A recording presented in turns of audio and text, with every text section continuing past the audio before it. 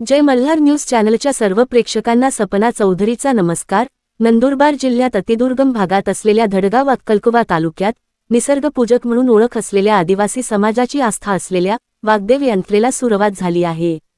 नंदुरबार जिल्ह्यातील सातपुड्याच्या पर्वतरांगेत वसलेल्या धडगाव तालुक्यातील नणंद भावजाई घाटात वाघदेवाचे मंदिर आहे। या ठिकाणी महाशिवरात्री आधीपासूनच वाघदेव पूजनाला सुरुवात होते। या मंदिरात चक्क वाघाची पूजा केली जाते।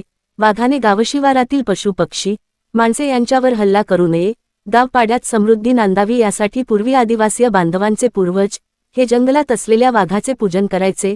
मात्र कालांतराने वाघ हा प्राणी सातपुड्याच्या जंगलातून नामशेष झाला असला तरी आजही त्यांची पूजा केली जाते। त्यामुळेच राज्यातील हे एकमेव अद्वितीय वाघाचे मंदिर म्हणून ओळखले जाते।